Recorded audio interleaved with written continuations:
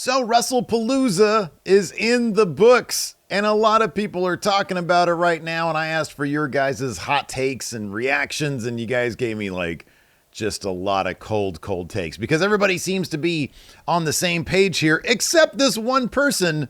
The Wallinator says Cena versus Lesnar was a good match and a great opener. Explain yourself, sir. Is it possible? Is it possible that WWE tried to steal the weekend, tried to steal the thunder away from All Out by opening their show with the biggest turd that we've seen this year, creatively speaking? Is that possible? Were they like, okay, what is going to break the internet in terms of how bad?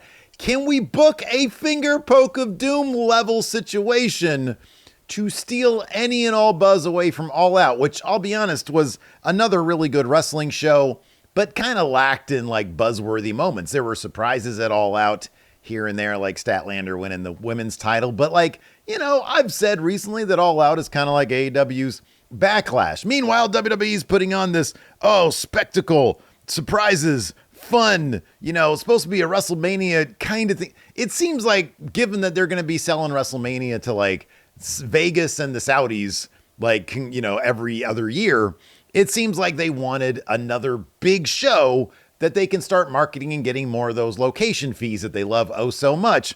And in comes WrestlePalooza, which I think they want to be eventually like a WrestleMania size thing, which they're going to have to add a lot more matches, and they're going to have to add several more days, one more day to the thing, and like real stories that build and pay off at the Palooza. So we got our first one last night, and it kicked off with Brock Lesnar squashing John Cena, not too dissimilar from what happened back in 2014 or whatever. And look, this obviously is going to be setting up something down the line. We'll talk about that here more. But I'm kind of curious, the Wallinator, are you trying to be controversial, or did you honestly think that Cena versus Lesnar was a good match and a great opener? Certainly Triple H probably thought so.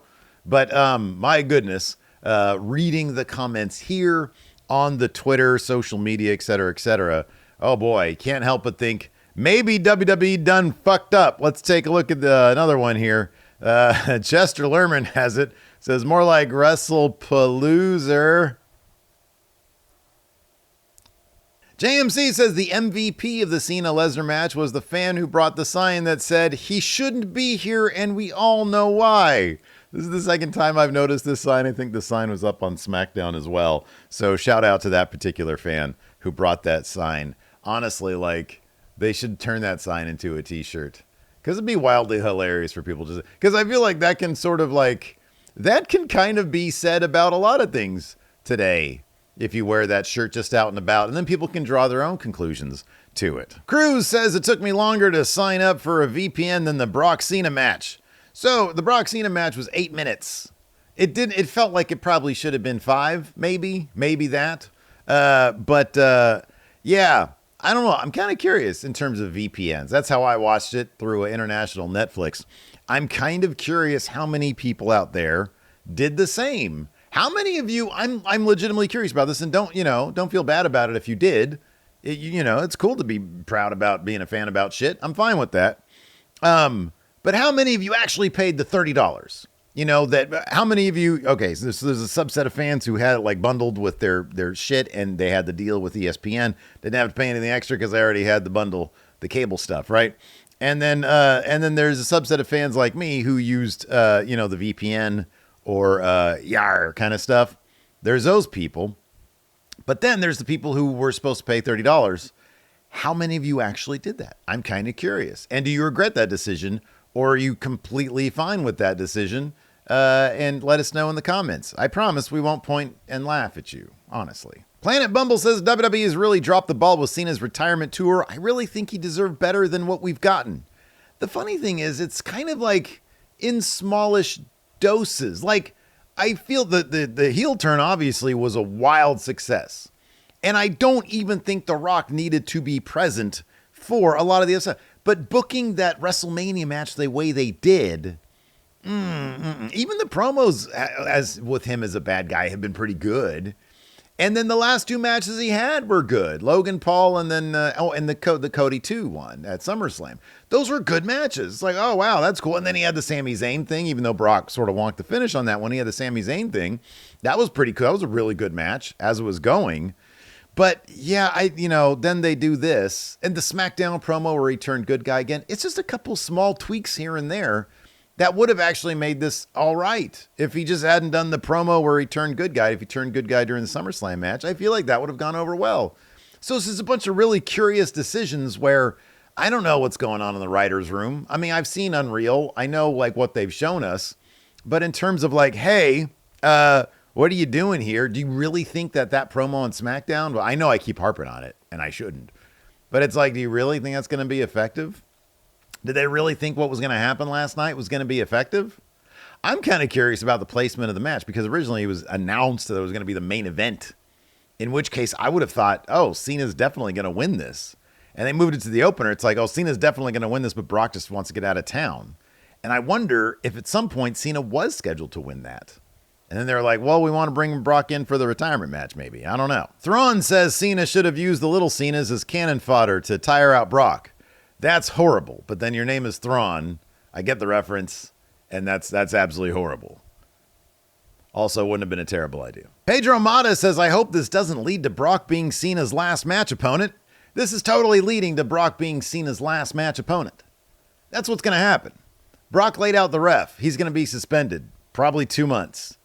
Less than 2 months. What are we in? September, October, November. Yeah, 2 months, 3 months, something like that. And then he'll come back. And John Cena will have a couple matches between now and then. And then Brock will come back. And that'll be the retirement match. They want a big marquee level retirement match. And this was part A of the story. And that'll be part B of the story. Or Z, I guess, if we're going to the end. And that's going to be the thing. And Cena's he's going to probably withstand 6 more F5s. And then he's going to beat Brock. That's what's going to happen. That's going to be the retirement match. And he's going to go out on top a hero. I'm not even opposed to Cena going out on top as a hero. And I understand the philosophy of, booking a big marquee match like Brock. But I wish they would have really tried to get over like a Drew McIntyre on his road to getting the world title. A Gunther, maybe, put over one of those two dudes who are like high guy, they're in a high spot, but they could also use a big Cena retirement rub. I think that would have been all right. I understand wanting to go out on top. But and I guess, I don't know. It'll be interesting, man, because maybe there is a disconnect between the casual fans wanting to see Cena get revenge on Brock and then just the swarm of online people that I've seen. Maybe there is a disconnect. I don't know. We're going to find out, see what the attendance is like and the, ratings and the tickets and all that kind of stuff. Because right now, I don't know this is the publicity that WWE necessarily wants. Loquay says, best Cena moment of the weekend was Cope on All Out. Yeah, that was really sweet.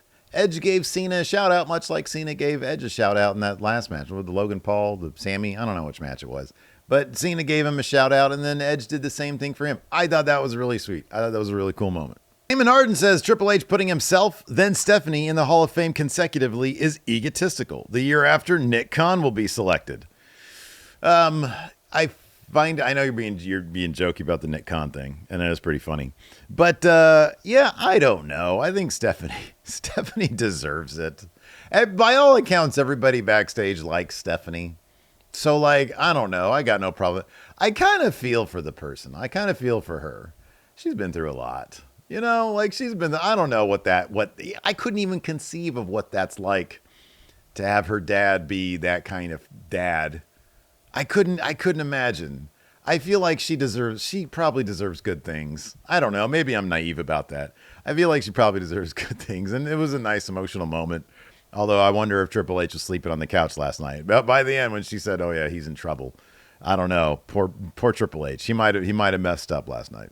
Isaiah TV says, I thought the show was good and would have been received better if WWE didn't hype it up like the next WrestleMania level show. Man, I don't know. I don't know that. Obviously, they hyped it up, and they hyped it up based off of what they wanted it to be. And I think it all boils down to the stories, though. I think it all boils down to what we see on the television. I still maintain that WWE's got, they've got all these business things that they want to do, or just wring all the money out of us. I feel like the fans would be much more forgiving of all that if we were given a reason to want to spend that money. Meaning, the creative was really good. If they gave us moments that were very satisfying and well built and logical, et cetera, et cetera. And instead, what we get is like, at best, yeah, it's all right. That's fun. And at worst, we get the Brock Cena stuff. I feel like if they really killed it on the creative side of things, then fans would probably be willing to, okay, $30, but goddamn, I get to see, my favorite form of entertainment do some really cool shit. I think they'd be cool with that. Poison Oranges says the January 6th Raw Netflix debut is better than WrestlePalooza. Also, the commercial break bumper theme is relaxing, but the commercial break bumper itself gives me Adult Swim bumper vibes. Yeah, it's like people like, bow, bow, bow, bow, bow, bow, bow, bow, bow, bow, bow. I'm tired of the bumper song. I don't like it. Makes me anxious at this point. It is relaxing, but in kind of an ominous way. I'm not a fan. And then just endless, slow-mo shots. I like that I get to find out what "We'll Be Back Soon" is in multiple different languages. Like in French, it's like "tout a suite" or something like that. But Adult Swim vibes. That's a good one. Rook the Crook says, if EMF signals are so dangerous, why wasn't it used in all the matches? Maybe the Cena-Lesnar match would have turned out different if Cena wasn't weakened by 5G signals. But then the flip side of that is maybe Lesnar would have been weakened by 5G signals and he would have absolutely torn Cena to shreds. I don't know that you want to do that, man. Maybe this was Lesnar weakened by EMF signals because everybody's got their... Look at this. Oh, God, I'm getting killed with EMF signals right now. Tony the Pokemon guy says Braun Bronson didn't need Heyman anymore. They were so much more consistent and badass when he wasn't around those few weeks. I kind of agree with this. I think that Braun and Bronson, kind of just, they need to be featured as their own unit a little bit more. Keep Heyman and Seth and Becky away from, they got to go after these tag titles, right? They just beat the Usos and they did it pretty clean. Although, scary moment for Jey Uso. Seemingly got concussed pretty bad with a glancing chair shot or a rebounding chair shot off of a Braun Breaker's back. He got split open pretty quickly, a lot of blood. And then afterwards, there's all sorts of fan footage of him barely being able to walk out of there. Apparently, according to Wrestling Observer, he's in concussion protocol now, which is, I guess, standard. But that's scary business. But yeah, they just beat the Usos clean. You'd think they would get a shot at those tag titles. And yeah, let's see the chemistry between those two guys. They don't need to be standing behind Heyman all the time. Let's see the chemistry between those guys. Alex says Stephanie Vaquer is by far the biggest breakout superstar of 2025. She debuted on NXT less than a year ago and has passed every test with flying colors. Man, oh man, that match was awesome. And I know Iyo Sky is an absolute, best bout machine. She is phenomenal. But my God, Stephanie Vaquer held up her end of the bargain because that match was awesome. And I loved it. That was a great decision to make Stephanie the new women's world champion. I just hope they're not going to just do this until Perth so Rhea can get that title off her. That'd be a terrible idea. But because that's coming up in 3 weeks. Oh, no. That's right. They're doing the Crown Jewel Championships thing there. So she's going to be taking on Tiffany Stratton. She should beat Tiffany too. Or whoever's champion by that time. I don't know. SmackDown coming up. They got that triple threat they were supposed to do at the Palooza. But yeah, great move for Stephanie Vaquer. And hopefully they do a lot of cool shit with her now that she's champion. Preston Lawrence says CM Punk should have given Becky a GTS. Whoa, slow down there, Preston. Just slow down. I'm actually not opposed to the idea of CM Punk. I mean, he put her in the sharpshooter. A lot of sharpshooters in that match. It was a really long match. I thought it was pretty fun, though. Long match. Put her in the sharpshooter. I think that's fine. That's good. I'm not opposed necessarily to, the dude doling out some sort of offensive move to, the gal. That being said, a knee strike to the face is probably not what I would go with. Something a little bit different, like he did the sharpshooter. I think the sharpshooter, that's fine. That worked. And then Becky put the sharpshooter on him, which is pretty cool too. So yeah, you gotta sort of, there's kids, you gotta watch the stuff. You can't just have dudes doing that. That's how I stand on the mixed tag stuff and the intergender stuff. Maybe I'm old fashioned. Maybe I'm silly. I understand all movies. They got, the Tomb Raider fighting people, and I get that and everything. I get it, but this isn't movies. They're not characters in movies. It's a wrestling show. So it's a little bit different. But I think you can have some of that stuff. Of the sharpshooter, I thought they towed the perfect line in that match. I think they understood. There are certain things you probably shouldn't do, and there's certain things that, you could probably get away with, and it'd be fine, and it's fun, right? Submission move, that's fine. Strike to the face with a knee, probably crossing a line there. Parsat says booking this show against AEW is a horrible decision. The overall conversation coming out of both is how much better All Out was. What's interesting is the conversation that I've seen hasn't really centered around All Out. There has been a fair share of like, man, I'm glad I watched All Out instead. There's totally that. But it's funny to me that WWE, I think they did get the buzz. But if the buzz is like negative buzz, does that change the equation at all? Because AEW is just over there doing their thing. There was no big giant surprises. There were some moderate surprises, some surprises that were like, oh, that's kind of interesting. I wonder why they did that. But there wasn't any big build. It was their backlash. There wasn't any big built thing that it's like, oh, wow, this sea change happened, right? They just did their thing. We're going to put on really, really good wrestling matches and the Eddie Kingston match. But otherwise, we're going to put on a bunch of really, really good wrestling matches and just do kind of our thing over here. We're not going to try to razzle dazzle with the spectacle and the fun and stuff. We're just going to do our thing and let WWE is going to be WWE. And it worked, I guess, because, WWE did the WWE thing. But then is that going to sort of make people be like, oh, I wonder what car crash they're going to do next? I don't know. I think Drew should have won also. I didn't see a lot of hot takes about, do I have any hot takes in here about Drew or Cody? This one, nope. This one, what is this? Yeah, I already did this one here. Oh, I agree with this. Chase Crown says Cena should have faced AJ Styles instead of Brock. So yeah, that would have been cool. Okay, I think I got all these here. Now you're just watching how it's made. Okay, got that one there. All right, so yeah, I don't see anything here about Drew and Cody, so I'll just do my own Drew Cody hot take. Drew should have won. He should have won that match. That'd have been cool. Have Cody chase. Cody's better on the chase, and Drew deserves that title. I'm so pulling for that guy. I think there's a distinct possibility that maybe they'll run with Drew at some point. Maybe not. Hey, next up we got Cody and Seth. That's pretty cool. Anyways, yeah, that's going to do it. I'm going to do the AEW hot takes tomorrow on tomorrow's episode because I'm going to head over to a comic book convention with my kid right now. So that should be fun. Anyways, we'll see you guys around. Thanks for watching. Hit the thumbs up button. This looks like it's a hand. Looks like this on the video. Oh, also, I got a new Instagram for my comic book stuff. If you want it, Steve Here Comics. You can buy some of my shit at mfshophere.com. More stuff is going to be added there soon.